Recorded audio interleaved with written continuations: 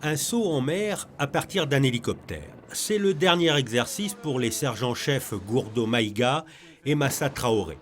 Pendant une semaine, ces deux sapeurs-pompiers maliens ont suivi, avec leurs homologues monégasques, une formation pour parfaire leur technique dans le domaine du sauvetage aquatique.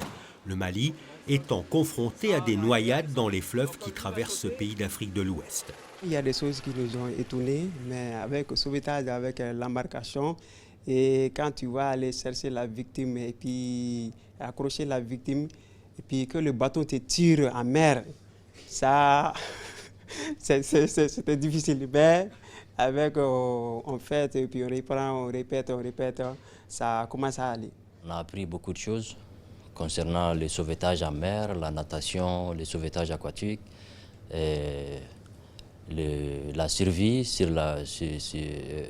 en mer, les dangers de mer, fait beaucoup de choses, c'est trop. On a appris beaucoup de choses. Quand même, je suis très content. Je suis content d'être venu ici à Monaco pour une formation avec les pompiers de Monaco. Tous deux sont âgés de 32 ans. Gourdo est sapeur-pompier à Bamako, la capitale du Mali depuis 2006, et Massa depuis 2010. C'est la première fois que des pompiers maliens viennent à Monaco pour approfondir leurs connaissances. Dès qu'on peut transmettre à quelqu'un quelque chose, pour nous c'est déjà la fierté, et s'il peut justement retenir et de son côté, lui après à son tour transmettre à d'autres gens, ça c'est la plus grande fierté qu'on peut avoir, je pense. Oui.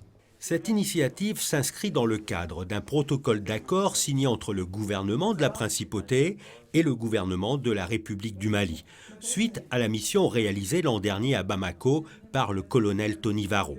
C'était au départ des nageurs, mais avec des difficultés, je dirais, notamment locales, puisque leur problématique, c'est le problème des fleuves et non pas de la mer. Donc c'est pour eux une nouveauté.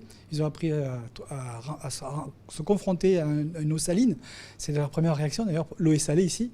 Et surtout, ce qui était intéressant, c'était, indépendamment, je dirais, du milieu, c'est d'apprendre des nouvelles techniques et qu'ils puissent effectivement les adapter sur leurs problématiques et qu'ils puissent les enseigner, puisqu'on a eu normalement 2 référents qui ont comme mission après de ramener au pays, je dirais, les techniques pour pouvoir les développer sur leur territoire. À la fin de la semaine, Gourdo et Massa ont reçu un diplôme validant leur formation.